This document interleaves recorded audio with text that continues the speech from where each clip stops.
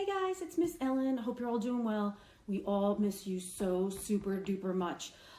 Wanted to round back. The other day we read a book about breathing. We also talked about feelings, and let's do a little feelings check-in today.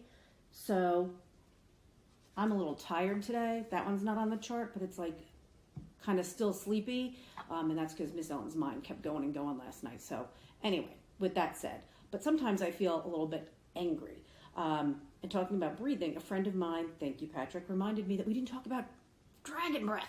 So dragon breathing is when we're super angry, right? So with that being said, want to talk about that a little bit because we all get the angry sometimes, right? So we have this feelings thermometer that you probably recognize from school as well, right? So down here we're relaxed, and that's like you're a little loosey-goosey, body's kind of like spaghetti, you're a little chilled or chillaxed, right? And you feel good, you're feeling good.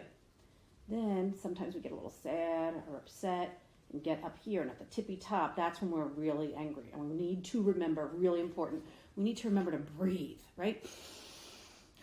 And do those 3 deep breaths. So something to help us do those 3 deep breaths is making a dragon. So we'll talk about that because, you know, we all get the angries and all of our feelings are okay, but what we do with those feelings, that's the important thing, because sometimes we do stuff that isn't so great we might get in trouble for, like hitting a brother or sister or friend or being really mean to somebody, and those things aren't okay. So instead of doing that, let's take a deep breath. And a way to remember to do that is to make a dragon. So I have one that I made before, but we'll make one today. Now, you guys are way more creative than I am, so bear with me. So you can take a toilet paper roll, paper towel roll, and cut that into pieces. You can even take a cup and cut the end off, right? Because you want something that is open on both sides, right? So one of the things I use is tissue paper. I don't know if you guys have that at home. If you don't, it's no big deal. What I did was I colored on a napkin, and you can also use a tissue or toilet paper if you've got extra, or even a paper towel. So I just want to remind you to be super duper careful when doing that, because these are really thin. They can bleed through on the other side. So it's probably a good idea to put a magazine or something underneath so it doesn't get all over, right? So you might want to take a second to let it dry and then cut it into strips. So I've done that already, right? And then you guys are way more creative than Miss Ellen. So you can decorate this however you see fit. But I also had done a paper template. So I'm going to glue that on. And by the way, so if you don't have scissors, you can just tear these into little strips as well. So I'm going to use some glue stick, but you can use tape.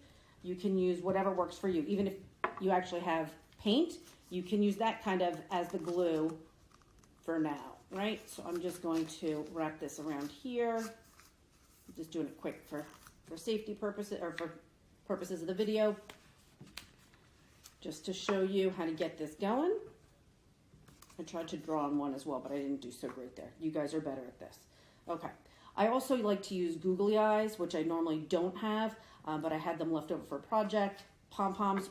If not, you can just draw them. So I'm going to try and put these on. And you know what? These are hard to open, so Miss Ellen's not going to use that today. But that's okay, because we make do with what we have. So I'm going to draw on the eyes. Little mean snout. It's another word for nose. Okay? And do that. And I've cut some strips up already to save some time. And I would recommend using about 4 to 6 strips, because if you put too many in, then it's really hard to blow out to get them out of there, and that we want to be able to do. So you can use, to stick these on, you can use glue sticks, some regular glue, or even some tape. So you got to do whatever works best for you. So you kind of tape that in there. Make sure those are on, or glue. If you're using glue, just make sure you let it dry first. Okay?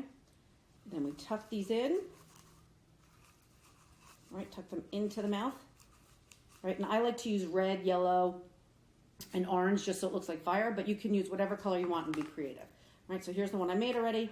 Here's the one we just made now. So take a big deep breath in, but you don't want to have your mouth on here because then the paper will go in your mouth. I learned that the bad way. Okay, so do that.